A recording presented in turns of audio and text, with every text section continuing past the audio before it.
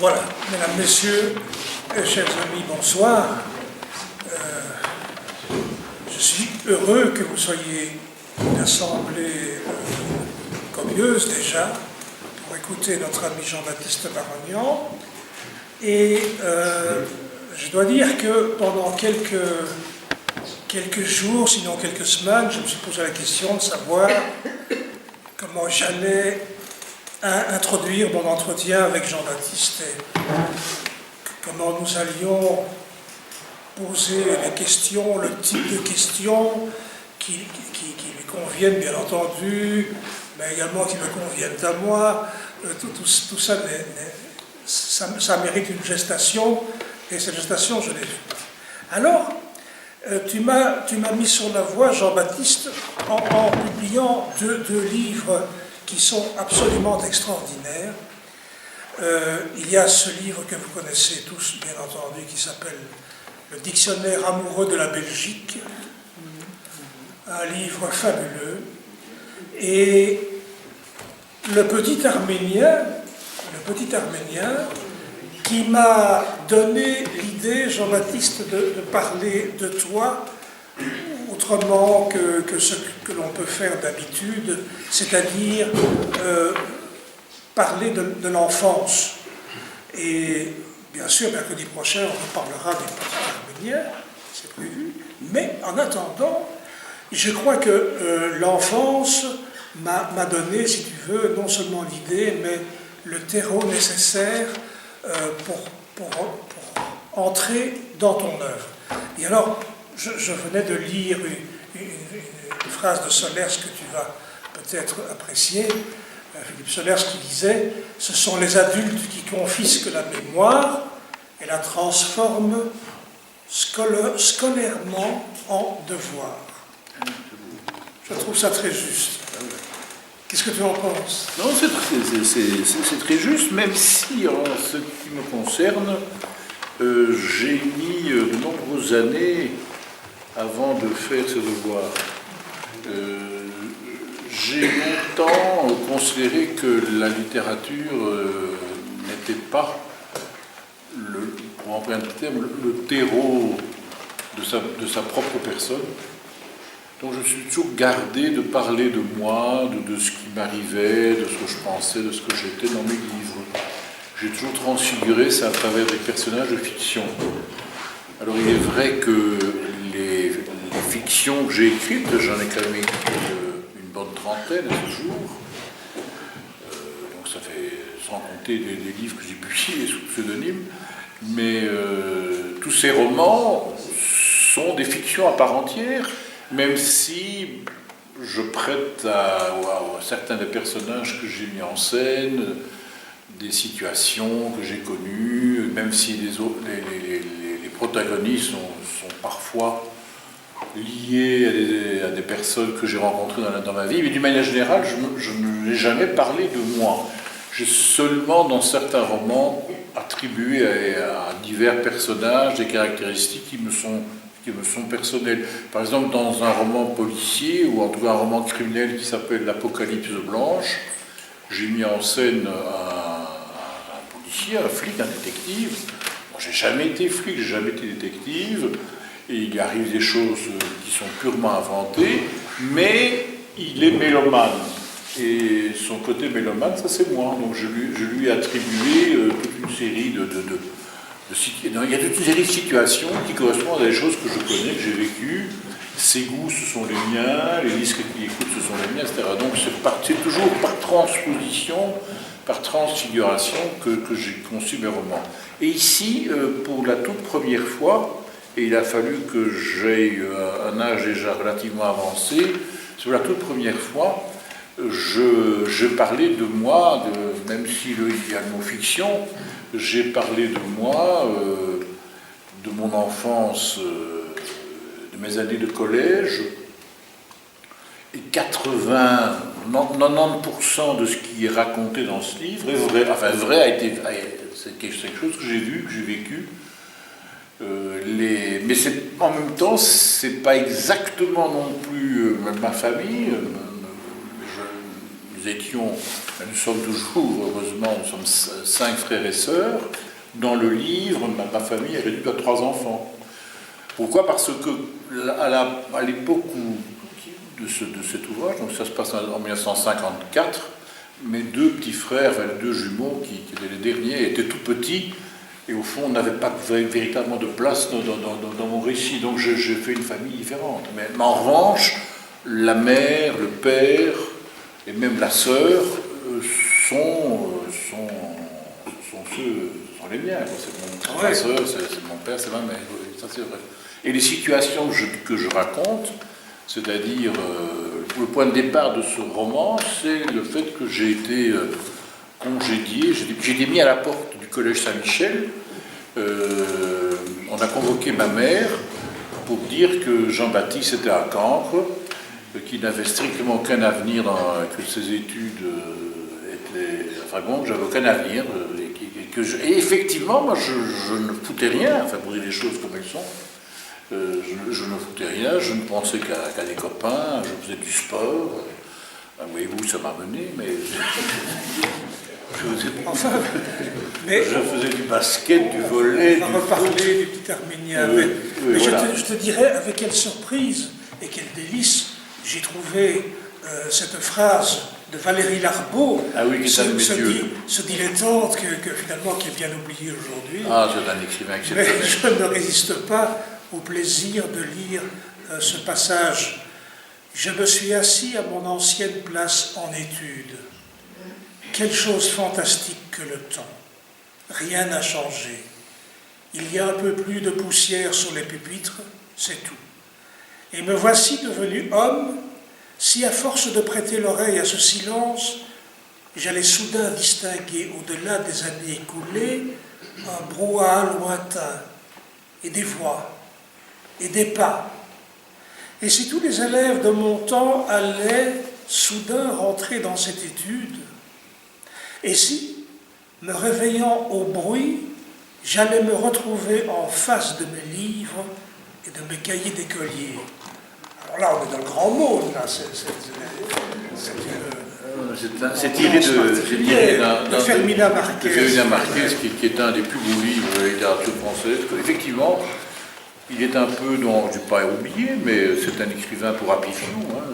C'est pas quelqu'un qu'on étudie. Même si, enfin ça, je vous invite à le faire, il existe un volume de ses œuvres dans la bibliothèque La Pléiade. Donc vous pouvez tous vous procurer les plus belles œuvres de Valérie Larbaud. Mais c'est un écrivain magique. C'est un écrivain magique. C'est un de ces rares écrivains où il n'y a rien à jeter.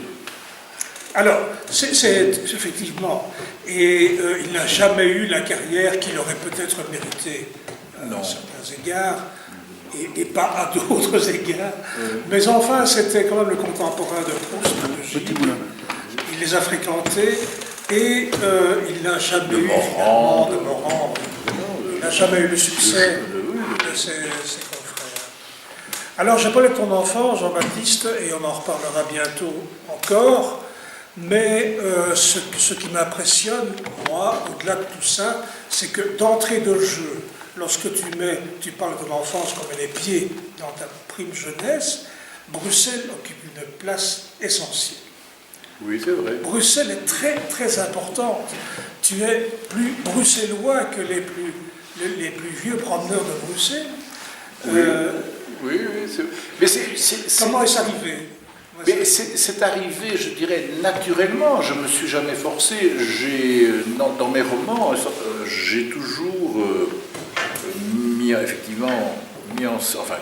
disons, 9/10 de mes romans se passent à Bruxelles. Mais tout simplement parce que j'ai ça sous les yeux. Et quand j'écris, j'ai besoin de voir où vont et viennent les personnages.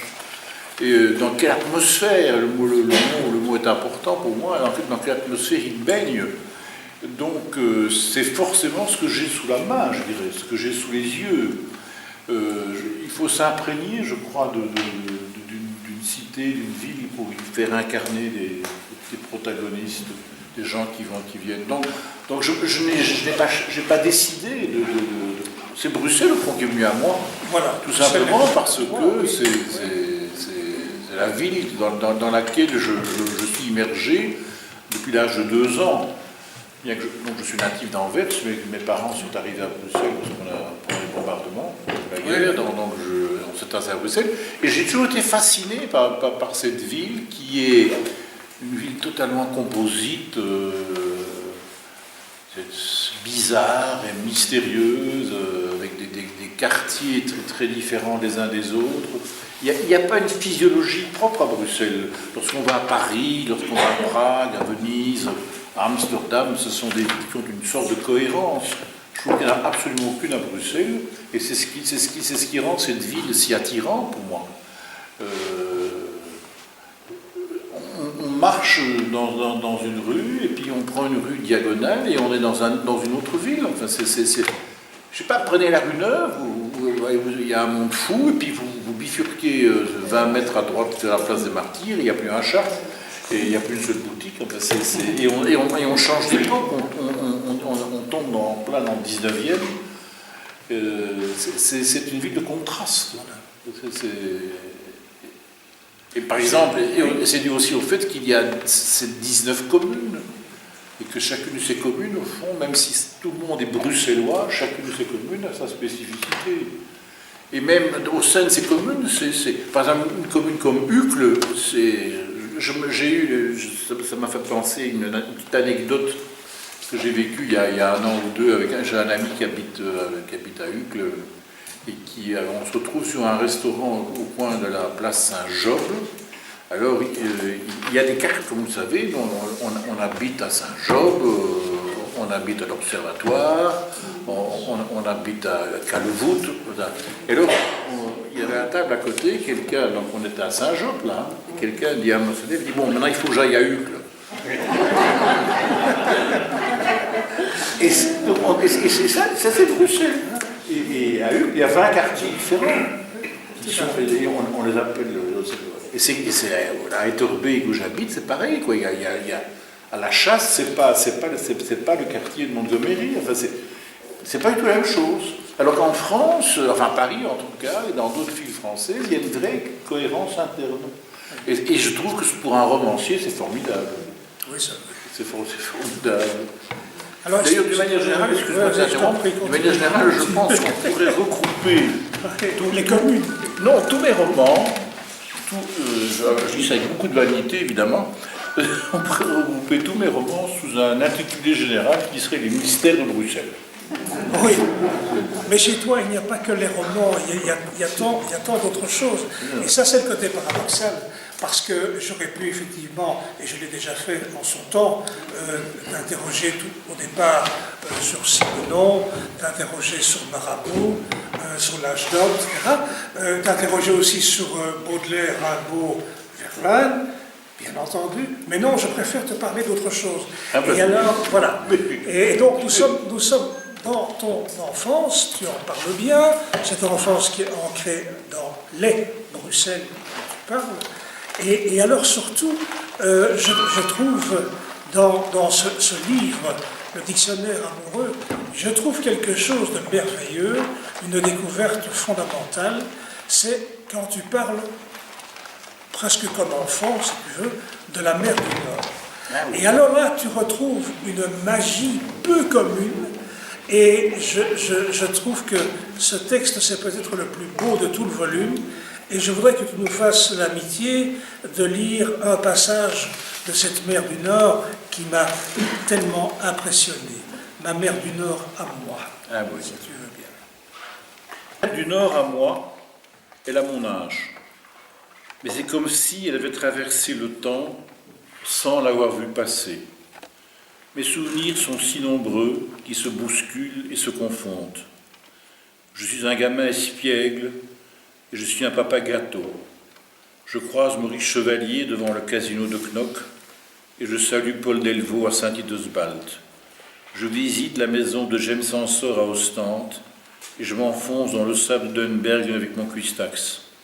Je danse à Coxide et je rêve de grands larges à Nieuport. Je fabrique une fleur de papier crépon et j'offre des babelutes à mon petit frère. Je mets ma délirante chemise hawaïenne pour aller pavaner aux Zoutes et je décortique des crevettes grises à Zébruges. Je suis dans les jupes de ma mère et je ramasse des mouches sur les brise-lames. Le vent se lève, le sable tourbillonne, l'orage gronde, la mer se déchaîne, je perds le nord. Quand ils parlent de la côte et de la mer, ou quand ils en rêvent, les écrivains bâtissent presque toujours les châteaux de sable de la mémoire. Voilà, je trouve ça absolument magnifique. Et en fait, cela correspond très bien à cette mentalité d'enfant qui cherche les activités du Nord et de la mer du Nord, et qui en trouve, évidemment. Mais c'est vrai que ça a compté beaucoup la mer du Nord, parce que tout petit, enfin, à peine j'étais gamin, que mes parents nous y amenaient. On allait chaque été passer 2 mois à Knock. Et puis c'est là que j'ai fait mes découvertes. On sait à quel point l'enfance, les premières années de la vie sont importantes pour un être humain. Enfin, bon, ça c'est assez classique de dire ça. Mais moi j'ai connu ça. En plus c'était un endroit de liberté totale. Parce qu'on restait, quand on va à la mer, sauf quand il pleut, et encore, quand on est gosse, ça n'a pas beaucoup d'importance, on est tout le temps dehors. Donc Knock a compté beaucoup Et puis même plus tard, parce que quand j'ai entrepris des études universitaires, j'ai travaillé dans une librairie à Knock, la fameuse librairie Cormand, que tout le monde connaît. Mais à l'époque, il y avait encore le père Cormand qui était là. Et pour payer mes études, en tout cas une partie de mes études, j'étais libraire à Knock. Et c'est là que j'ai rencontré Thomas Owen aussi, qui avait une maison à Knock, qui venait régulièrement à cette librairie. Et ce destin est inouï. Quand je pense que la première fois de ma vie, j'ai vu Thomas Owen qui est venu me trouver, et qui a demandé un de ses livres aux jeunes, moi j'avais 18 ans, 19 ans, aux jeunes gamins qui étaient là au libraire, et moi je ne sais même pas qui il était.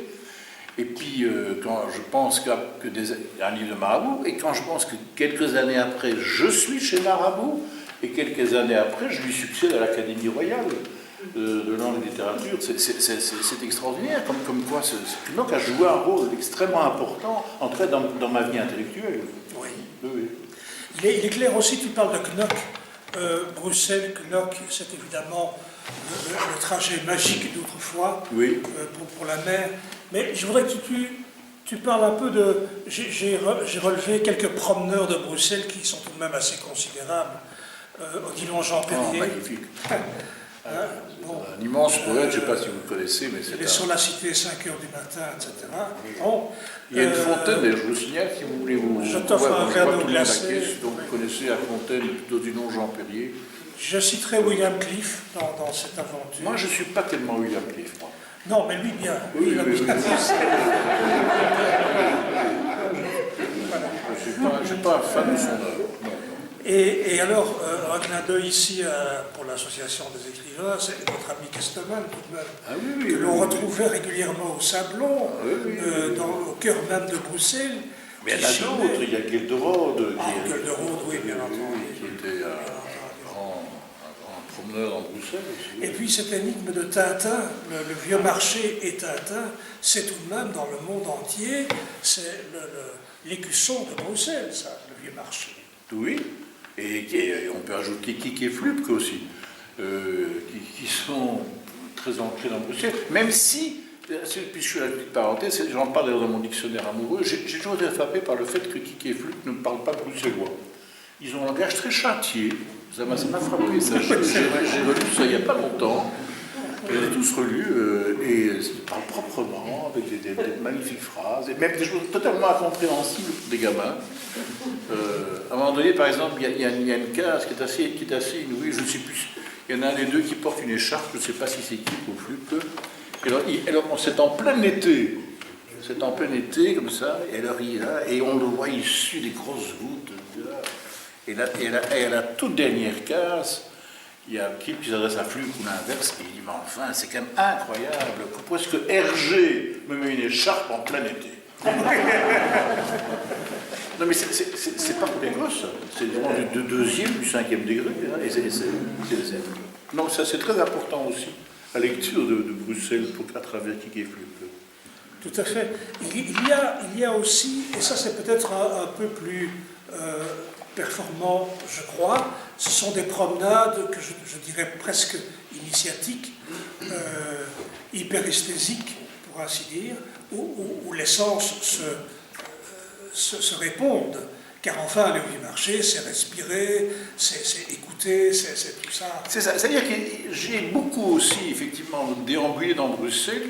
Moi, c'était lié, je dirais, à mes pérégrinations de chineur, puisque j'ai toujours été attiré par les vieux bouquins, enfin, par les livres. Donc, je faisais tous les bouquinistes de Bruxelles, et je les faisais quartier par quartier chaque samedi. Par exemple, je venais dans ce quartier ici de Saint-Boniface, il y avait 4-5 bouquinistes, si pas 5-6. Donc ça m'occupait déjà toute une après. Le week-end suivant, j'allais dans le quartier de la rue des Éperonniers, où il y en avait également une quantité. Et puis le week-end suivant, j'allais au quartier, effectivement, du Vieux Marché. Et puis il y avait le quartier de l'ancienne galerie Hirsch, là, du côté de la place des Martyrs, justement, où il y avait plusieurs bouquinistes. Et il y en avait, sans compter qu'il y en avait plein dans les communes avoisinantes, à Scarbeck, il y en avait 3-4 où on pouvait aller. Il y en avait, et il y avait aussi ce qui était chouette, c'était des gens qui louaient des livres. Hein, et quand ils avaient beaucoup lu, Joseph connaît ça aussi bien que moi, quand ils en avaient trop, ils les vendaient, et c'était souvent à vil prix. Donc, Bruxelles, ma connaissance de Bruxelles et mon intérêt de Bruxelles est lié aussi à mes pérégrinations de fouineurs et de chercheurs de livres. Et qui par la suite, tous ces phénomènes de bouquinistes, évidemment, ont quasiment disparu. Pour les raisons, on les connaît, hein, Internet, etc. Mais aussi par le fait qu'il y a maintenant des marchés, des brocantes, chaque quartier en a, et que c'est là que... Donc j'ai continué ces pérégrinations parce que je suis assez attiré par les brocantes hebdomadaires, voilà, et donc c'est aussi une découverte de la ville, une façon de découvrir la ville. Alors, pour faire une confidence à nos amis, voilà que Jean-Baptiste ce soir m'apporte une série de livres, et du coup je m'angoisse, je me dis qu'est-ce que je n'ai pas lu, j'ai quand même lu beaucoup de choses de toi, mais... est-ce qu'une étude importante sur un poète renommé que je n'aurais pas détaillé, un polar, qu'est-ce que j'ai manqué? Et puis j'ouvre le sac à malice de Jean-Baptiste Barognon et je découvre, effectivement je n'ai pas lu, de superbes livres, l'un qui s'appelle De tout mon cœur, Gallimard Jeunesse, le suivant. C'est Grasset. C'est Grasset. Grasset Jeunesse, La croisière de Rouletabille. Voilà. Le suivant, Mémoire d'éléphant, Gallimard Jeunesse. Le suivant, c'est aussi l'aventure de Rouletabille, parce qu'il y en a 3 Rouletabille. Ah, 3 Rouletabille. Mais celui-là, c'est la traduction en coréen, je crois, c'est ça? En japonais, pardon. Voilà, en japonais. Certains de ces livres, celui-ci, enfin je vais faire à Cocorico, puisque je suis là pour ça, celui-ci a été traduit dans 17 langues. Et en allemand aussi, voilà. Voilà, celui-là est sur un autre format, sous des formats différents, en allemand, en italien, en coréen, en anglais. Et on termine par Croque-Basile et Crocodile. J'aime beaucoup celui-là. Voilà. Alors, il y en a une bonne vingtaine comme ça, si pas plus. Voilà. Donc effectivement, quand je parlais d'introduction paradoxale à notre entretien, mais voilà un étage en plus de cette maison Barognan qui a tout de même quelques secrets. Explique-moi ton attachement à cette littérature particulière. Mais c'est lié à un parcours personnel, c'est-à-dire que ma femme a créé une maison de production de livres pour enfants il y a maintenant 25 ou 30 ans. Et elle a été confrontée au fait qu'elle recevait énormément d'auteurs, d'illustrateurs plutôt, hommes et femmes, qui venaient avec des dessins plus ou moins réussis, mais certains l'étaient sans conteste, mais ils n'avaient pas de sujet. Par exemple, dans le cas de Rouletabille, je me souviens encore que la dessinatrice, qui s'appelait Là, elle signait Laurencel, elle se prénommait Laurence. Laurence était venue avec simplement il y avait un tout petit. Elle nous montrait ce qu'on appelle un book, dans lequel il y avait des dessins de toutes sortes, etc. Et nous avons flashé sur le dessin du tapir. Et on s'est dit, tiens, là, il y a peut-être une idée. Et à partir de là, j'ai bâti l'histoire de Tapir. Et au fond, à partir de ce récit, elle a fait l'illustration du livre. Et c'est souvent parti de même pour de tout mon cœur, là, celui le plus important, celui qui était un grand succès mondial. L'illustratrice, qui était une brésilienne, et qui toujours, j'imagine, parce que moi, ça fait des années que je ne l'ai pas revue, elle est venue avec un dessin d'un ours et elle n'avait rien d'autre. Donc j'ai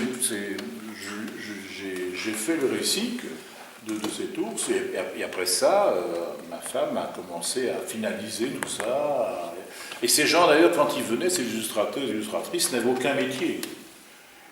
Dans les écoles comme Saint-Luc et autres, on n'apprend pas à faire des livres pour enfants. Donc ils venaient avec des choses tout à fait bizarres, des gabarits incroyables. Et voilà, donc on leur a appris le métier véritablement sur le tas. Et j'ai fait donc des histoires pour destiner, pareil pour Gabriel Lefebvre, qui lui est un peu plus connu. Voilà, j'ai fait des histoires pour Gabriel, et après ça, Gabriel et alors, au fond, on m'a commandé, à ce moment-là, on a commencé à me commander des petites histoires. Et alors, je me suis adapté au langage. Ces livres sont destinés à des gosses entre 4 et 8 ans. Donc, j'ai essayé de trouver un langage qui soit celui le plus simple possible, le plus économe. J'allais te poser la question, parce que je vois ici, et ça c'est toi, Roule Tapir, le petit détective, est ravi d'assister au congrès mondial des détectives et de voyager à bord d'un grand paquebot. Il y a déjà du cinéma là-dedans. Sauf que j'ai jamais mis les pieds dans un grand paquebot. Même dans un petit non plus.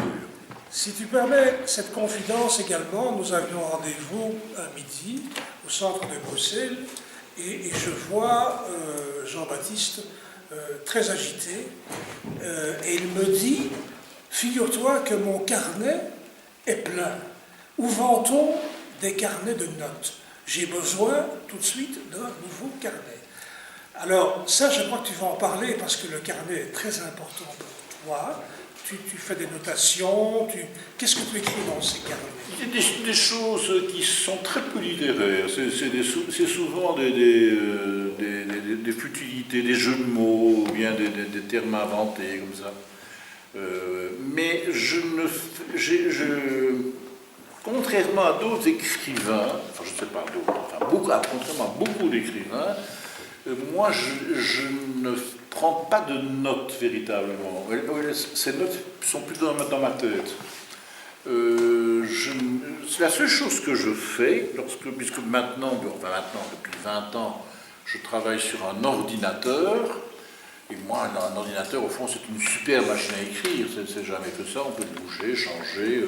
Je ne sais pas, mon personnage s'appelle Roger, et puis j'ai envie d'appeler Michel. Je n'ai qu'à...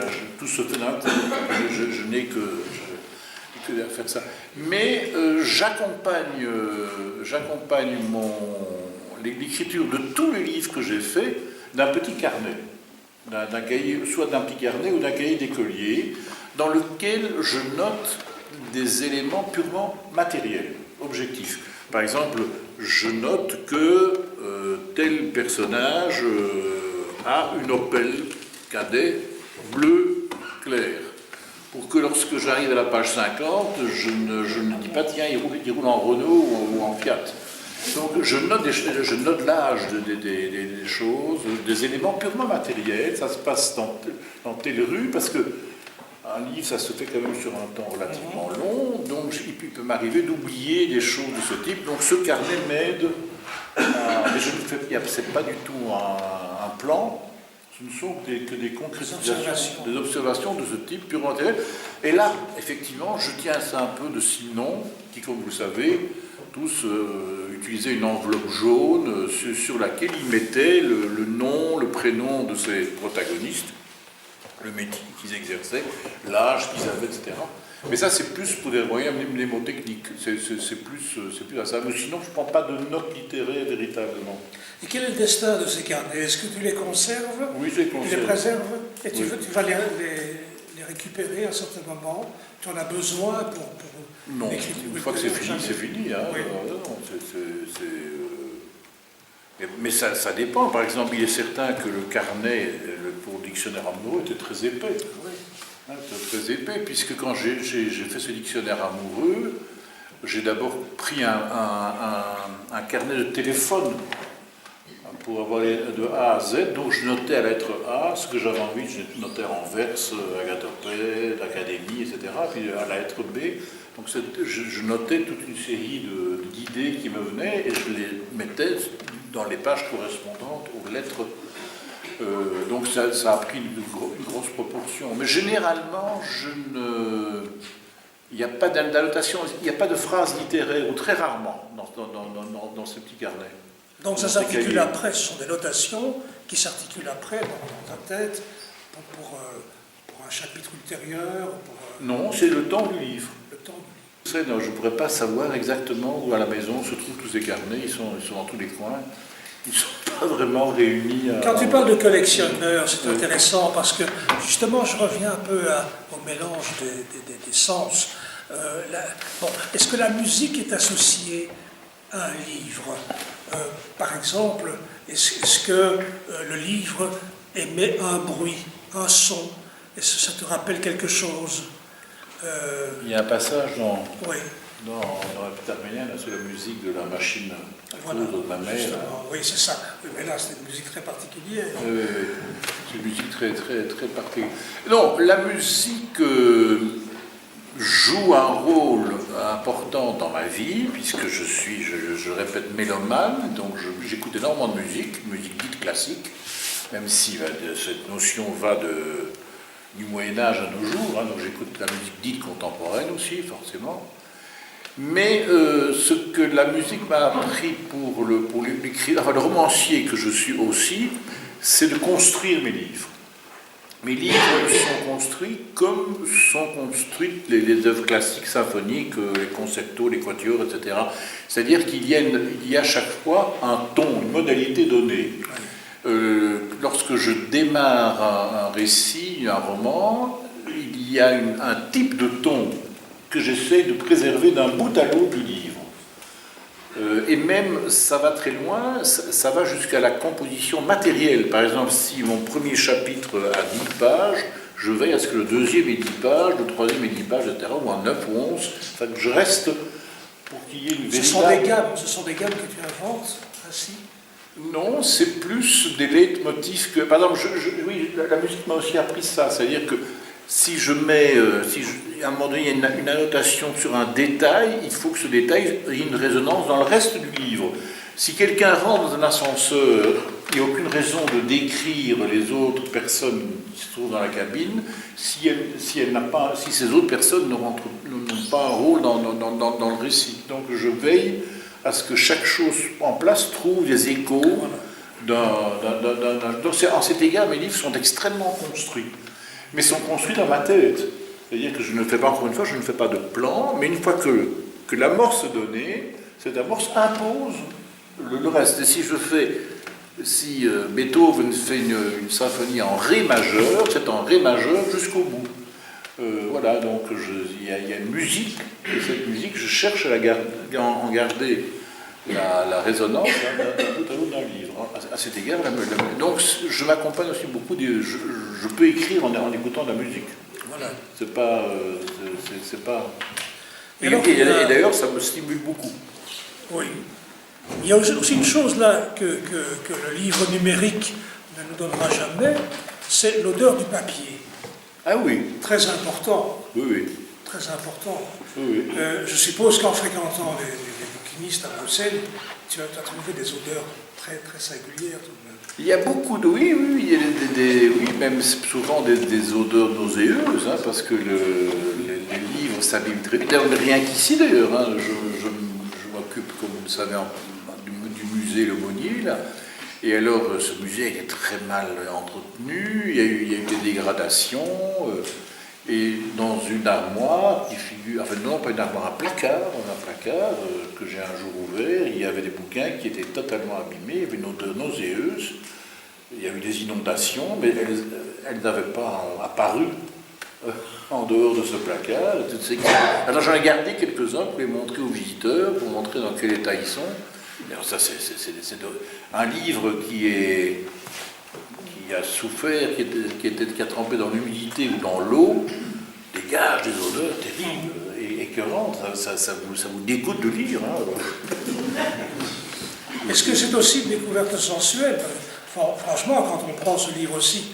ah oui, l'objet voilà, livre. l'objet livre. Moi j'adore ça. Voilà. Oui. Cette sensualité de la couverture, le grain, etc. C'est pour ça que plus j'avance, plus j'aime les ouvrages en bel état, en bon état. Quand j'étais plus jeune, forcément j'achetais pour lire. Oui, parce que j'ai toujours acheté pour lire et non pas parce que l'objet livre était beau. Mais avec l'âge et le temps, je de plus en plus des livres en bel état, en bon état. Un livre qui est souillé, moi ça me gêne, je ne sais pas pourquoi. Mais c'est venu avec des années, ça. C'est venu. Et alors, quand je vais explorer dans ma bibliothèque certains livres, je me dis comment est-ce que j'ai pu acheter un bouquin aussi sale ou aussi dégueulasse. Et aujourd'hui, je fais attention à ça. Voilà. La question que je te poserais, c'est à propos du goût. Et tu détailles évidemment dans le Petit Arménien, et nous en parlerons la semaine prochaine, mais enfin, tu détailles bien ce goût d'enfance. L'enfance a un goût particulier. Et alors, non seulement il y a l'enfance, mais il y a les stations de l'enfance, il y a les stations de Bruxelles également, dont tu parles dans le Petit Arménien. Ça peut être une pâtisserie, ça peut être autre chose. Parlons un peu de ce goût d'enfance que tu tu veux dire le goût des choses, le goût des choses. Oui, les goûts des aliments en tout cas. Oui. Mais ça, c'est bon, je vais encore enfoncer une porte ouverte, hein, c'est la Madeleine de Proust. Hein.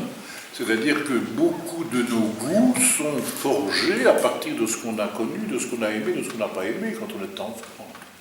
Donc forcément à Bruxelles, par exemple, pour moi, le pistolet a un goût spécifique qu'on ne retrouve dans aucune autre pâtisserie. On les trouve. Et j'ai vécu d'ailleurs à un moment donné dans le goût du pistolet, parce que quand je raconte à la fin de mon roman, le Petit Arménien, là, on avait grâce à un père jésuite qui était un surveillant, qui était d'origine polonaise d'ailleurs, et qui dans ma mémoire, c'est drôle, pourquoi dans ma mémoire, donc ça remonte à plus de 60 ans, 70 ans quasiment, dans ma mémoire, il ressemble à Jean-Paul II. Je ne sais pas pourquoi. Donc quand j'écris mon bouquin, je n'avais pas de problème, puisque j'avais Jean-Paul II sous les yeux, donc je pouvais l'écrire. Tout simplement parce qu'il était polonais, il était jésuite. Et alors je faisais beaucoup de sport, et alors un jour il m'a appelé, il m'a dit que j'avais tendance à être très rouge, etc., et que je ferais bien d'aller voir un docteur avec mes parents, chose qu'on a faite, et en fait on avait détecté chez moi ce qu'on appelle l'albumine, qui était quelque chose qu'on trouvait dans les urines, qui était, paraît-il, une maladie, c'était même pas une maladie, c'était quelque chose qu'on attrapait, je ne sais pas très bien. Alors, il n'y avait qu'un seul remède, à l'époque, c'était l'iode de la mer du Nord, et ça tombait bien, ce qui fait que, alors on m'a conseillé, et je suis parti avec ma grand-mère, c'est une des raisons pour lesquelles j'étais un grand dadais là, quand j'ai terminé mes études. J'ai passé 9 mois, le temps de gestation, avec ma grand-mère à Knock, toujours à Knock, dans les années 50. Et l'appartement que mes parents avaient loué était juste au-dessus d'une boulangerie. Ce qui fait que j'avais l'odeur du pain, du pistolet, du matin. Je l'avais dans mon lit, je l'avais en me réveillant, je l'avais sur mes vêtements, etc. Et aujourd'hui encore, j'ai cette odeur dans le nez de ce pistolet, avec lequel ces pistolets que j'ai vécu. Et à l'époque, ces boulangeries, il n'y a plus ça, je veux dire. Je ne sais pas pourquoi les boulangeries, quand on passe devant, on ne sent plus rien. Il n'y a plus d'odeur, et je ne sais pas à quoi c'est dû. Voilà, moi, je ne sais pas. Donc, ça c'est un goût de mon enfance. Et alors, ce qui était extraordinaire, et c'est comme ça, j'en parle dans mon livre, c'est que à cette époque, donc hors saison, Knock était une ville morte. Il n'y avait pas un chat. Il n'y avait pas un chat dans les rues. Le week-end, il y avait un tout petit peu de mouvement, comme ça, il y avait les bras, les nantis de Bruges arrivaient un tout petit peu, et encore, il y avait quelques bagnoles, mais le reste du temps, c'était désert. Quand j'allais sur la digue, à perte de vue, il n'y avait pas un chat, c'est le cas de le dire. Il n'y avait absolument personne. Et c'était assez étonnant. Donc je m'inventais des histoires de trésors cachés dans les dunes, dans les et puis ce n'est qu'après sont arrivées les vacances, les gens avaient des autos, des résidences secondaires, etc. Et à l'époque, en dehors de l'été, on n'allait pas, les gens n'allaient pas à la mer, très peu. Ou il y avait des gens très fortunés qui allaient, ou alors ceux qui allaient aux août, il y avait des villas là-bas, mais ceux-là, ils se promenaient jamais sur la ligne, ils venaient jamais à Knock ou à Albert Plage, ça c'était pas digne de leur niveau. Donc, je faisais du vélo sur la digue et je ne rencontrais personne. Et ça aussi, ce sont des odeurs. L'odeur, alors une odeur très caractéristique de Knock, c'est les oyas. Ah oui. C'est ces fameuses plantes qui poussent qui ont une odeur qui n'est pas très agréable, mais en même temps, elle n'est pas repoussante. Je ne sais pas s'il y a ça ailleurs, dans d'autres. Oui, j'imagine qu'il y a ça sur toute la côte. Oui, bien sûr, toute la côte, mais elles... Moins en moins, peut-être. Mais est-ce qu'elles ne sont pas utiles pour le vent, pour le sable? Je crois. Pour le sable, je pense qu'on les garde, hein, il me semble. Et ces œillets ont une odeur curieuse, d'ailleurs qu'on trouve aussi à l'intérieur des terres, hein, parce qu'aux août, beaucoup de ces villas sont construites au milieu des œillets. Hein. Il y a des dunes, vous avez des espèces dans les allées, là, des petites allées dans les balles. Et cette odeur est très présente, en tout cas, moi, le seul que je connais, c'est un peu à Knock et aux environs. Voilà, ça aussi, c'est le goût de l'enfance. Voilà.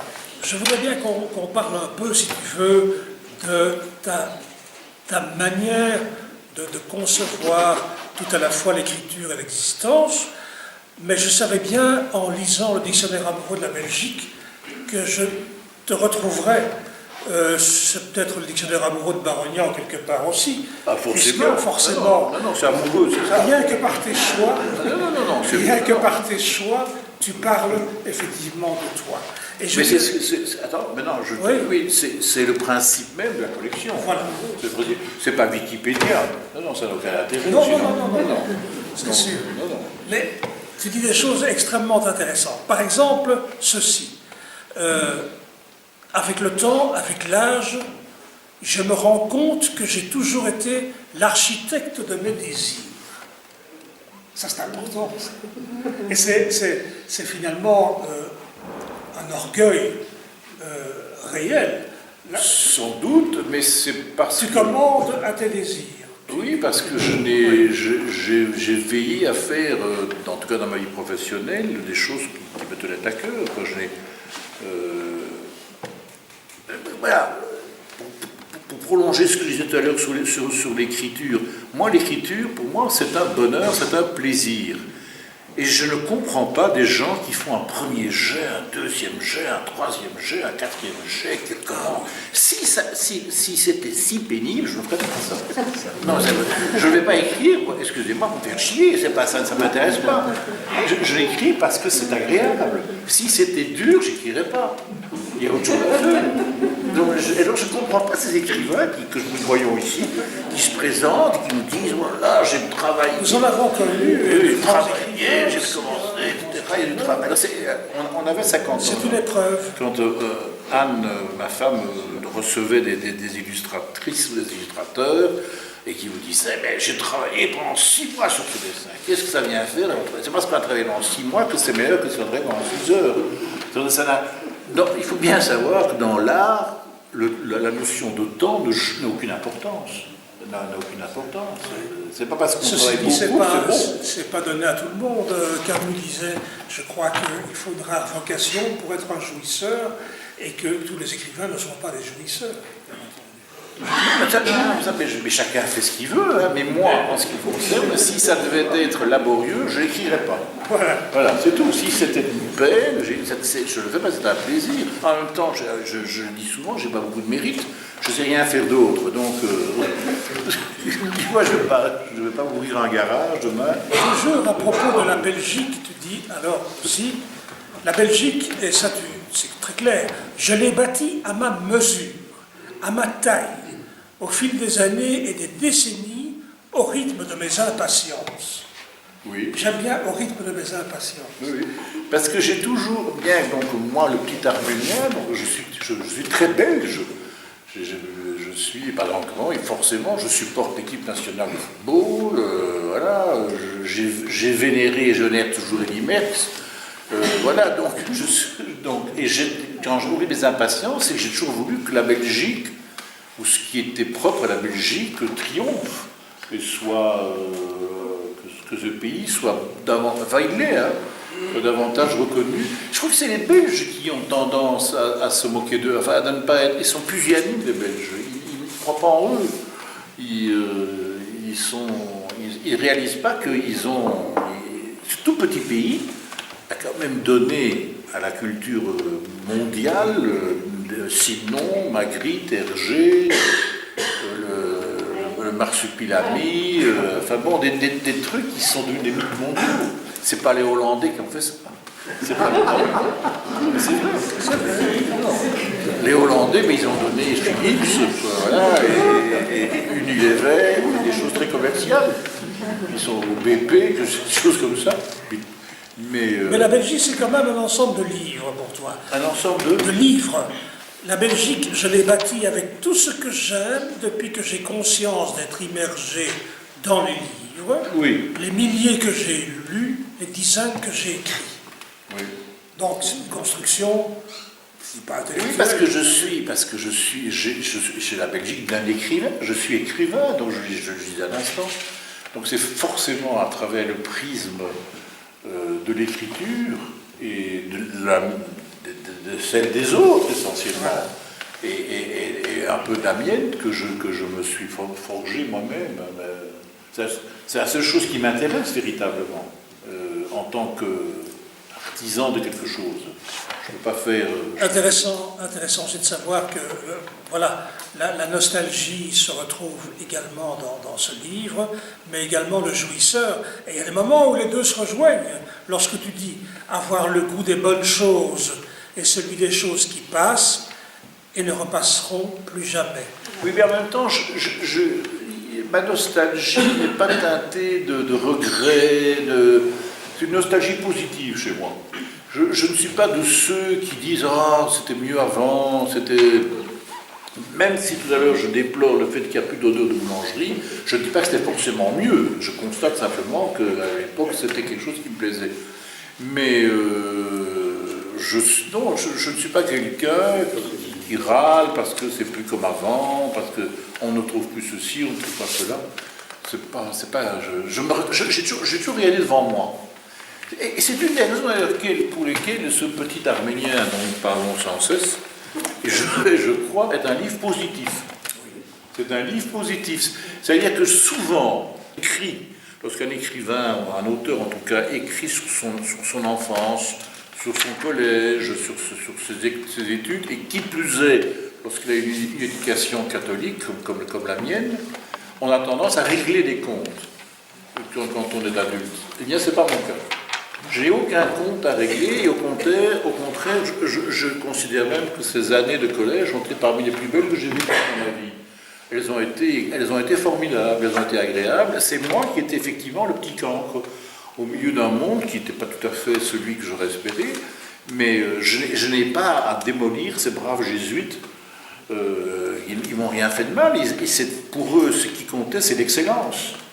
Et peu importe le milieu ou l'origine des enfants, c'est qu'ils soient fils de gens fortunés, de gens connus, ou qu'ils soient il y avait au collège, quand j'y étais, dans les années 50, j'étais là, petit Arménien, et je sais que mes parents avaient eu une dispense parce qu'il y avait ce qu'on appelle le Minerval, et donc à l'époque, payait pas, mais il y avait le fils d'un épicier, il y avait le fils d'un conducteur de tram.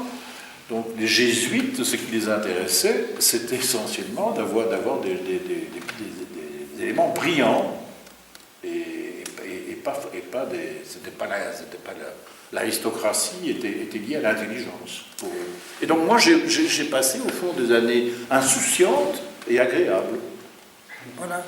Mais disons que les gens brillants, ou les aspects brillants de ta vie, ce n'est pas spécialement où on pourrait l'attendre.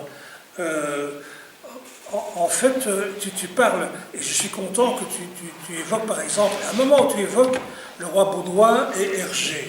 Oui. Et c'est très amusant, tu parles de leur éclat de rire à la foire du livre, Oui.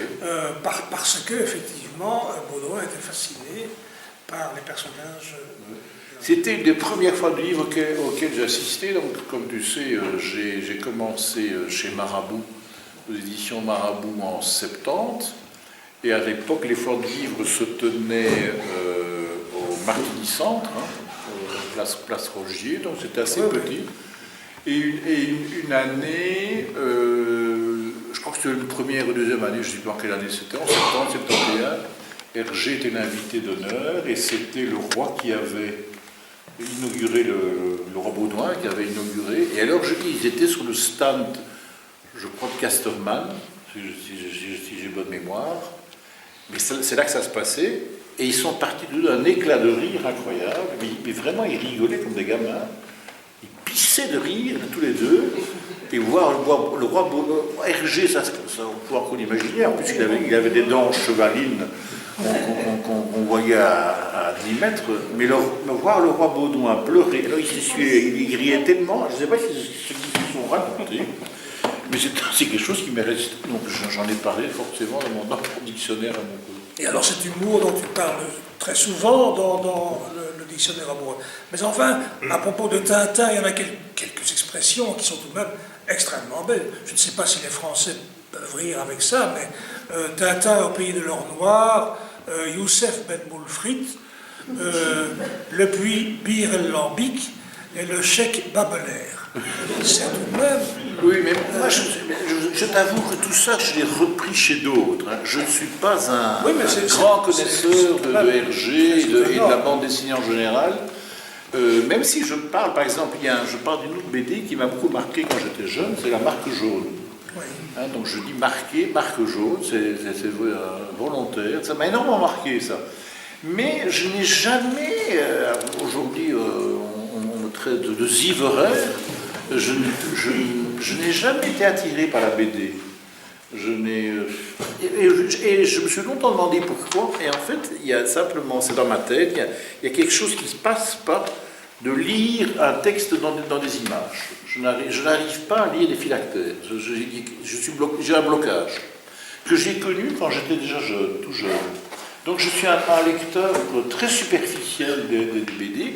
Je n'en lis quasiment jamais.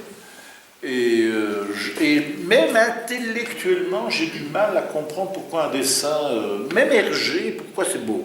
C'est bon, je ne parviens pas. Autant j'ai du discernement, alors c'est bizarre, vous allez me dire, autant j'ai du discernement, me semble-t-il, pour la peinture, pour le dessin, etc., de manière générale, mais la BD, je ne sais pas. Est-ce que la bande dessinée a accompagné ton enfance? Mais non, justement. Jamais. À travers mes copains, mes copines, les gens que je connaissais. Et je me souviens par exemple tout le monde était abonné à Tintin ou à Spirou, moi pas. Non, non, je n'ai jamais demandé l'abonnement. La seule chose que j'ai lue quand j'étais petit et qui m'avait plutôt passionné, c'était Tif et Tondu. Comment il s'appelle déjà vous avez trouvé le nom là. Tilleux. C'est pas Tilleux? Non, oui, je crois, oui. Non, Tilleux. En tout cas, il y avait des Tilleux, ça m'avait. Mais j'avais 7-8 ans. Et aussi, non, par la suite, non, ça m'a jamais marqué. Et je disais tout à l'heure, Kik et Flup, que je l'ai lu qu'adulte, pour le bouquin. Je n'ai jamais lu enfant. Voilà. Je repense à certaines choses fondamentales tout de même, et comme le temps passe, on va les passer en revue si tu veux. Parce que tout de même, les jésuites t'ont appris si pas l'excellence, tout le désir d'excellence, le besoin d'exceller en tout domaine. Et l'excellence pour toi, l'excellence d'écriture, il semblerait, et peut-être que je me trompe, mais tu rectifieras, l'excellence l'a trouvée chez Simenon. Aujourd'hui, oui, mais pas quand j'étais jeune homme.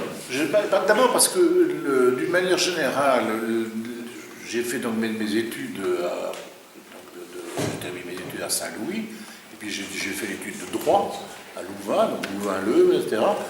Et je baignais quand même dans un milieu plutôt intellectuel, je dirais, et où tout ce qui était roman dit populaire, roman policier, était mal perçu et mal vu. Donc je me suis beaucoup nourri de la littérature entre guillemets officielle. Quand j'étais jeune, on ne parlait que du nouveau roman, par exemple. Et donc je pensais que c'était le salut, que l'art du roman passait par la désécriture. C'est une des raisons pour lesquelles les premiers romans que j'ai faits sont assez marqués par des expériences que des gens comme Rob Grillet, comme Simon et d'autres. Donc à un moment donné, je n'ai découvert Simon qu'assez tardivement. L'auteur qui m'avait... Même si je lisais beaucoup de polars, hein, beaucoup de romans policiers, j'ai lu beaucoup d'Agatha Christie, de Conan Doyle, etc., mais pas Simon. Et une des raisons pour lesquelles je ne lisais pas Simon quand j'étais jeune, c'est parce qu'il était trop présent. Et moi, j'ai toujours eu un côté un peu rebelle, que je dois y avoir gardé, j'imagine. Il suffit qu'on me dise qu'il faut lire quelque chose, il faut voir tel film pour que je n'y aille pas. Voilà. Donc j'ai toujours été méfiant devant les adoubements comme ça consensuels et publics. J'ai jamais aimé ça. Donc Simon était beaucoup trop présent. Et ce n'est que très tardivement, à Louvain justement, grâce à un de mes condisciples qui malheureusement est décédé, je ne sais pas si on en a parlé le jour, Pierre Van Drogenbroek. Tu te souviens de lui? Et Pierre, avec lesquels j'étais très ami parce qu'on joue aux cartes ensemble entre deux cours, et il disait, donc on allait au cours, et alors il avait son syllabus comme ça, et il le mettait comme ça, et en fait il lisait des romans de Simon. Il n'écoutait rien, alors il ne tenait pas, il faisait ça, tout le monde croyait qu'il était très, très attentif, non? Et en fait, je ne comprenais pas. Et un jour, il m'a refilé l'enterrement de M. Bouvet, et alors, donc j'avais déjà quand même 24 ans à peu près, c'était en dernière année de droit, et je suis tombé fasciné par. Et là, j'ai vu que c'était quand même comme ça qu'il fallait écrire. Mais ma formation n'est pas passée par lui. L'auteur qui m'a le plus marqué, les deux auteurs qui m'ont le plus marqué quand j'étais jeune et que je continue à vénérer, c'est Faulkner d'un côté et Borges de l'autre. Voilà.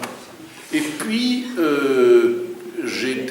c'est un auteur qu'on ne classe pas haut, mais qu'un auteur que je trouve extraordinaire, c'est Jean Ray. Je trouve que Jean Ray est un écrivain exceptionnel. Il y a beaucoup de déchets chez lui, il y a beaucoup de choses qui sont... Mais il a écrit 10-15 contes, il a écrit beaucoup, mais il a des choses qui sont dignes d'Edgar Allan Poe, qui mériteraient d'être... Donc Jean Ray m'a beaucoup marqué. Ce sont tes choix littéraires. Mais voilà. Personne ne m'a dit de lire Jean Ray quand j'étais jeune. C'était pas du tout des auteurs qu'on conseillait. Et Borges, là aussi, c'est pour ça que Knock compte beaucoup pour moi, c'est qu'à la librairie Cormand, il y avait un employé de chez Cormand, qui était un flamand, qui se prénommait André, je ne sais pas, tu l'as peut-être connu, qui m'a tout appris en fait. C'est lui qui m'a dit que je devais lire Largo, c'est lui qui m'a dit que je devais lire Borges, c'est lui qui m'a orienté vers des auteurs comme ça, toutes choses dont on ne parlait pas. Céline aussi. Oui, des auteurs comme ça, au collège, on n'étudiait pas tout ça. C'était pas du tout... Même des auteurs contemporains, on vous conseille de lire Gilbert Cesbron, Henri Troyat, enfin, c'était des sacs, on ne lisait pas les grands auteurs littéraires, et surtout pas les classiques, où les classiques se résumaient. Alors là, ça c'est une chose que vous Vous savez, il ne faut pas lire les classiques quand on est jeune, il ne faut pas les enseigner. On ne comprend rien à Madame Bovary, à Manon Lescaut quand on a 20 ans, avec 15 ans ou 16 ans, ou même Andromaque. Voulez-vous comprendre que la bonne femme qui est aimée par un tel, qui est aimée par un autre, c'est incompréhensible, Racine. Quand on a... Même La Fontaine est compliquée. Il faut lire ça quand on est adulte. Il ne faut pas lire les classiques. Il faut renverser, je ne sais pas s'il y a des profs parmi vous, mais il faut renverser ce processus. Il faut faire lire Amélie Nothomb, Schmitt à l'école. Et après ça, on comprend ce que sont les vrais auteurs après. Mais les vrais auteurs... ça, c'est ce qu'ils font dans le bon usage maintenant, ils font des auteurs contemporains. Oui, c'est ça, on a changé depuis peu de temps. Mais tu parles de vrais auteurs après, et je continue mon interrogation paradoxale, si tu veux bien, parce que j'ai découvert chez toi, alors que j'avais lu beaucoup de choses autour des poètes les plus connus, je parle de Rimbaud, je parle de Verlaine, je parle de Baudelaire, et particulièrement Baudelaire au Pays des Singes. Là j'étais absolument séduit par ce livre. Je me rends compte que tu n'as pas oublié tout de même tes classiques. Parce que la poésie... Mais Baudelaire, j'ai découvert tout seul. Il était personne au collège, on m'en a parlé, ni personne. Je l'ai découvert tout seul, dans mon coin, et un jour, en allant à Paris, nous avions une famille qui habitait à Montreuil, donc dans la banlieue parisienne, et j'allais souvent chez eux aux vacances de Pâques, et il était photographe, et il avait un studio de photos, photographe dans le sens où on venait poser pour les cartes d'identité, il n'y avait pas toutes ces machines, voilà, donc on faisait des photos de mariage, des photos de communion, des choses comme celle-là. Et là, il y avait un livret d'occasion à la mairie de Montreuil, donc à la station mairie de Montreuil, il y avait un livret d'occasion. Et alors j'étais fasciné par la couverture des Fleurs du Mal, parce qu'il y avait une femme dépoitraillée, et j'ai eu le sentiment de commettre le péché en achetant ce livre. Parce que je faisais quelque chose qui était... J'ai acheté ce bouquin, vous savez, j'ai en cachette, et je suis tombé dans Baudelaire à l'âge de 14-15 ans. J'ai trouvé ça fascinant et ça ne m'a plus jamais quitté. Et d'ailleurs, je lis, je ne suis pas du tout poète comme Corinne ou comme d'autres. Ou alors oui, je veux des vers de Mirliton. Un jour, je le montrerai. Tiens, Corinne, je le montrerai un jour. Mes vers de Mirliton. Mais je lis énormément de poésie. J'adore lire de la poésie. Et quand j'ai comme ça des baisses de tension, que je ne sais pas très bien où je vais aller avec mes personnages dans mes romans, je lis Baudelaire, Rimbaud, Verlaine, Laforgue, Victor Hugo aussi. J'aime énormément la poésie. Quand je vais dans une librairie, le premier rayon vers lequel je vais, c'est le rayon de poésie. Mais tu n'approches pas la poésie comme d'autres peuvent l'approcher, car en fait, après tes essais sur Rimbaud, Verlaine, surtout Baudelaire, on a le sentiment on a deux sentiments. Le premier, c'est que tu mènes une enquête. Oui, pour Baudelaire, c'est ce que j'ai fait. Donc, c'est chaque fois un polar. Oui, c'est-à-dire que quand j'ai fait ces 3 biographies et puis les autres livres, pour cette collection de biographies, je me suis dit, ce sont des commandes. On m'a demandé si je voulais... Je me suis dit, mais je n'arrive jamais que le 50 millième sur un sujet qui a été abordé par 36 autres.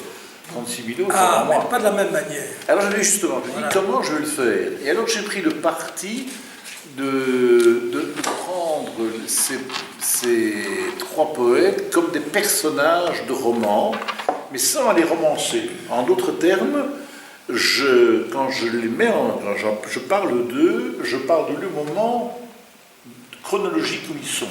Donc quand Baudelaire rencontre Flaubert à l'âge de 21 ans, dans un salon parisien, il n'y a pas virgule, l'auteur Madame Bovary ou une note en bas de page. Flaubert, à ce moment-là, est un écrivain comme lui qui n'a quasiment rien écrit, donc je les mets... De même, lorsque je fais ma biographie de Verlaine, ou même celle de Rimbaud, quand Rimbaud est en Afrique, en Abyssinie, il ne sait pas tout ce que Verlaine est en train de faire, de s'agiter pour le publier, pour le faire connaître, à écrire les poètes maudits, etc. Je n'en parle pas puisque lui ne le sait pas. Donc je me suis chaque fois mis dans la tête des héros. Et c'est ce qui a fait que ces livres ont eu un Et ça succès. ça n'avait pas été fait. Ça n'avait pas été fait, non. On a le sentiment très clair que ce que les gens attendent de ces poètes disparus, bien entendu, c'est de les voir vivre. Voilà. Par exemple, Baudelaire, une de ses conférences à Bruxelles, tu en parles en disant ceci, il n'y a quasi personne dans la salle, Baudelaire est furieux, alors il décide de s'empiffrer, il va au buffet, il mange, Voilà. il boit. Alors ça, c'est clair.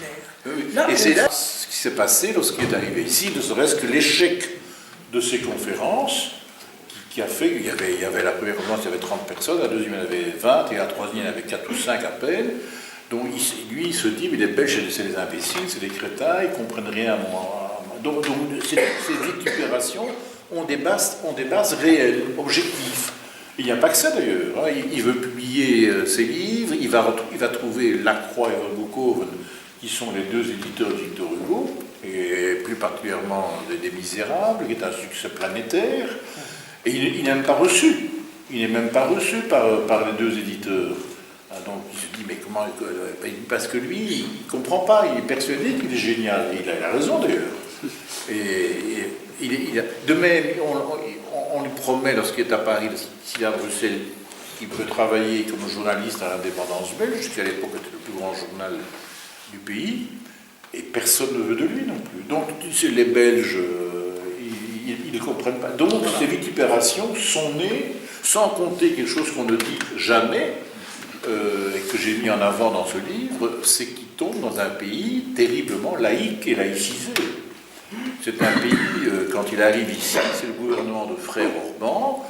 Frère Orban, c'est une sorte de gauche laïque, franc-maçonne, libérale, dans le sens le plus pointu, le plus aigu du terme. Or lui, Baudelaire, c'est un spiritualiste, c'est un chrétien, c'est un passéiste, c'est un intégriste, c'est quelqu'un qui est contre la Révolution française, qui est contre le progrès, qui est contre le peuple. Donc quand il tombe, et c'est pour ça qu'il emploie un terme qui est un néologisme qu'on a fait un peu attention, il parle de prêtrophobie, parce qu'il tombe dans un pays totalement... Et c'est une des raisons qui explique aussi pourquoi il n'aime pas la Belgique, c'est parce qu'il ne comprend pas que les Belges, qui ont de si belles... Il le dit d'ailleurs, qui ont des églises magnifiques, qui ont des bâtiments religieux superbes, ne soient pas, à ses yeux, spiritualistes, il ne comprend pas. Voilà.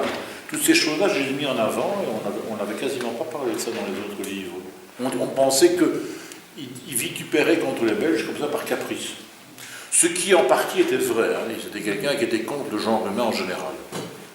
Est-ce que tout de même, on a quand même franchi quelques pas dans la critique littéraire, depuis le temps, on parle de Baudelaire, de Rimbaud, de Verlaine bien sûr, et je dis même dans l'enseignement, autrefois on faisait dire aux élèves qu'est-ce que Baudelaire a voulu dire dans ce poème. C'est tout de même extraordinaire. On est parti de là. Oui, on arrive donc à quelque chose de différent, ce que tu fais toi dans tes livres, c'est-à-dire, écoutez, il a dit ce qu'il a voulu dire, mais il est vivant, il continue de fonctionner, de marcher et de vous parler. Voilà. C'est la leçon que tu sembles donner. Mais c'est une des raisons de leur modernité. Hein. Quand on dit qu'ils sont immortels, c'est parce que précisément ils traversent les temps, les âges, les modes. Hein. Donc ce sont des auteurs qu'on lit aujourd'hui parce que précisément ils ont juste un nous dire. Mais Baudelaire n'était... Pourtant, je me souviens, là je pense que j'ai quand même pas tout retenu non plus, je n'ai pas souvenir que d'avoir lu Baudelaire au collège. Et non. Par contre, on lisait quelques poèmes de Rimbaud, mais le style Dormeur du Val, des choses comme ça. Ça, c'était... Oui. Il y avait certains Victor Hugo aussi. Mais Baudelaire, presque pas. Et Verlaine, je ne crois pas non plus. Rimbaud, oui, Rimbaud, il y avait quelques poèmes classiques. Même déjà au collège, je me souviens qu'on s'était intéressé aux voyelles, même si c'était quelque chose qui était incompréhensible. Mais c'était un poème célébrissime, alors on parlait de ça. En fait, même chez les poètes les plus remarquables, ce qui passionne les gens aussi, ce sont les faits divers, finalement. Par exemple, Verlaine qui tire sur Rimbaud, Oui. ça c'est tout de même passionnant. Les gens retiennent ça. Hélas, c'est ce qui retient. C'est comme tu parlais de Simenon, les gens retiennent le fait qu'il est soi-disant, il a connu 10 000 femmes, des choses comme celle-là, que prétendument, ce qui est totalement faux, qu'il a été collaborateur pendant la guerre. Il ne se passe pas un débat auquel je fais quand je consacre à Simenon, quelqu'un lève la main demandant pendant la guerre, qu'est-ce que c'est l'histoire avec ces Allemands, etc. Tout ça, c'est inventé. Il faut dire que Simenon lui-même il a mis beaucoup du sien pour inventer des choses. Cette affaire avec Colette qui lui a donné des leçons de littérature, c'est complètement faux. Hein. C'est quelque chose qu'il s'est créé de toutes pièces pour se légitimer lui-même. Hein. Mais il y a toujours, ou alors la cage de verre, on l'aurait enfermé dans un grand magasin pendant 4 jours d'écrire un roman. Tout ça, c'est des légendes. Hein. Alors évidemment, pour les poètes comme Rimbaud et Verlaine, c'est leur histoire d'amour, c'est le coup de feu. Oui. C'est ça qui les intéresse. Simenon lui a construit sa légende. Hein. Simenon a contribué à construire sa légende. Je dis ne serait-ce que celle concernant les leçons qu'il aurait reçues, soi-disant, de Colette. Mais ça, c'est complètement faux. À l'époque où il publie ses contes dans le Matin de Paris, Colette n'est plus là. Et en fait, il fait un transfert, c'est son mari, qui est... Comment il s'appelait déjà, son mari ? Jouvenel. Oui, c'est ça, Jouvenel, voilà. C'est Jouvenel qui est le rédacteur, enfin qui est le responsable des pages culturelles. Mais Jouvenel, comme personne ne le connaissait, parce que c'est... Alors il est d'autant plus malin, Simenon, qu'il attend que Colette soit mort pour répondre à cette histoire. Bon, si je peux dire que j'ai eu des encouragements de Faulkner en personne ne vérifié, qui a trouvé que ce que j'ai écrit était génial, je peux le mettre, c'est très facile.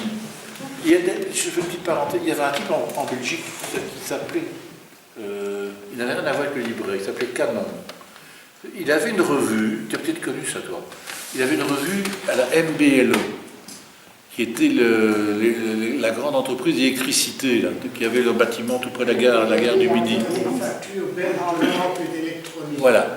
Et là, il y avait une revue interne, Et ce type, il était connu quand il y avait la librairie de la Proue. Tu vois ce que c'est, la librairie de la Proue, la rue des Éperonniers. Et ce type faisait des interviews posthumes, soi-disant. Donc il publiait l'interview de Monterland, de Giono, après leur mort. Donc personne ne pouvait vérifier si c'est vrai. Et alors c'est dans le cas de, je crois que c'est Giono, ça se trouve à la Pléiade en plus. Les interviews, bidon, il faisait lui-même des interviews en disant je suis allé à Manosque et j'ai obtenu la dernière interview de Giono. C'était tout ça, c'était inventé. C'était un grand ami de Schuttner. Mais donc je pourrais faire ça aussi. Tu aimerais écrire les légendes de Barognan. Oui, absolument. Si tu veux bien, je me permettrai de te poser la dernière question, mais elle a son importance, car enfin, les temps ont bien changé. Nous sommes maintenant non seulement dans une maison de livres, mais nous sommes noyés par la production, par les livres qui sortent, qui ont une durée de vie limitée, etc. Que fait-on pour choisir un livre alors qu'il y a de moins en moins de bouquinistes, alors qu'il y a de moins en moins de libraires? Quand on veut s'émouvoir, est-ce qu'il faut toucher, est-ce qu'il faut palper, est-ce qu'il faut lire une page, est-ce qu'il faut écouter ce qu'on en dit? Comment faire? Ça devient de plus en plus difficile parce que je trouve qu'on est dans une période de médiocratie culturelle. Les journalistes littéraires, il n'y en a plus, ni en Belgique ni en France. C'est du suivisme. On s'intéresse qu'aux auteurs comme ça qui moussent, tout le monde s'excite sur des bouquins qui sont ni faits ni à faire. Les critiques sont nulles. Sont nuls en général, et particulièrement en Belgique, je trouve qu'il y a dans les journaux, il n'y a rien. Il n'y a rien. Et alors, ce qui est le pire, j'en ai un jour parlé avec Renaud, il parle d'auteurs français qui qui ont déjà été traités 50 fois dans la publication française. Pourquoi la Libre Belgique le soir ne s'intéresse pas aux auteurs de chez nous? Je trouve ça absolument scandaleux. Pourquoi faire 3 pages dans la Libre, comme je l'ai vu l'autre jour, sur Van Kovelart, qui n'est pas belge, alors qu'il y a des auteurs. Et en plus, tout ça, non, je trouve qu'il y a une grande pauvreté intellectuelle chez les critiques littéraires. Tout ça pour répondre à la question, c'est que pour le lecteur moyen, c'est extrêmement difficile de distinguer le bon gré de l'ivraie. S'il faut suivre la critique routinière, on peut lire que des mauvais bouquins. Est-ce qu'on peut se baser sur la solidité d'une maison d'édition? Mais là aussi, c'est une fiction. Il est certain qu'il vaut mieux publier chez Grasset, chez Gallimard, que chez un petit éditeur je veux dire, Outsipou, comme ça, moi, c'est un bled qui n'existe pas. Oui, d'une certaine façon, mais en même temps, c'est pas parce qu'un auteur est publié dans une grande maison d'édition que pour autant il est de qualité. Et là, voilà, c'est fini, ça. C'est vrai que avec le temps et là, mais il y a un bouquin qui est sorti il y a une vingtaine d'années qui racontait l'itinéraire de Michel Lévy, donc, qui est devenu Kalman Lévy par la suite, qui était au XIXe siècle un des plus grands éditeurs du XIXe. C'est lui qui a édité Flaubert, justement, Georges Sand, il a édité. Et alors, il avait publié, on a fait un inventaire, il a publié 7800 livres. Et sur les 7800 livres, il n'y en avait que 35 qui restaient encore lus aujourd'hui. Et là-dedans, il y a de Madame Bovary, et puis il y a 2 romans de Sand, et on avait fait le tout. Voilà. Ça ne veut rien dire, ça. Et je pense que si on se penche sur le catalogue de Gallimard, on arriverait... Prends un livre de Gallimard publié dans les années 30, et tu verras sur la page 4 de couverture qu'on mettait... on mettait les auteurs parmi le même mois, tu te souviens, Joseph, on voyait ça. Eh bien, les 3/4 de ces noms, c'est pas qui c'est. On fonctionne. Donc, d'une certaine manière, c'est vrai que ces maisons-là sont aptes à distinguer les bons des moins bons, mais c'est pas forcément un signe de qualité littéraire. C'est ce que je crois. Il y a d'excellents livres en Belgique, publiés par des éditeurs belges, et qui mériteraient autant des prix littéraires. C'est comme des polars. Pourquoi est-ce qu'il n'y a pas de polar au prix littéraire? Le dernier, semble-t-il, le dernier Goncourt, Actes Sud, c'est un roman policier, il l'aurait mis dans la collection dite blanche, comme ça il aurait eu des... Et effectivement, il a gagné. Non, bon, le tableau était un peu sombre, je vois que vous opinez, vous n'opinez pas du chef. Mais non, je pense à François Bunel, la grande librairie. Qui ça? François Bunel, qui anime la grande... Oui, mais il est très bobo. Hein. Très beau. Je trouve. Quand même, Il va pas inviter des inconnus. Ou alors, parce que tout le monde en a parlé. Ouais, mais ça, il ne fait pas de découverte. Moi aussi, je peux faire demain une émission. Hein. Si je peux inviter tous les gens qui... C'est pas compliqué, toute l'émission. Ce qui est compliqué, c'est découvrir, être le premier sûr. je crois qu'une réunion repas, c'est ça. J'ai pas l'impression. Je trouve que vous avez la dent dure, moi. Quoi? Je trouve que vous avez un peu la dent dure. Parce qu'on trouve encore des choses agréables à lire. Ah non, ça, j'ai pas dit le contraire. Ah oui. Mais j'ai dit que ces choses agréables à lire ne sont pas conseillées par des bons critiques. C'est ça que je dis. Oui, mais... Voilà, je peux me le permettre de le dire, vu mon grand âge et ma grande expérience. Vous avez la liberté de parole. Si vous voulez bien, et avec votre accord, nous allons refermer le dictionnaire amoureux de Barognan. Je crois que nous avons fait un large tour. Et je voudrais surtout te remercier, Jean-Baptiste, pour ce que tu nous as dit avec passion, avec sincérité, je crois. Parfois avec excès. Heureusement. Oui, oui, heureusement, mais il faut. Ça, ce serait un autre. Oui, oui. Et je voudrais qu'on applaudisse Jean-Baptiste Barognan. Merci.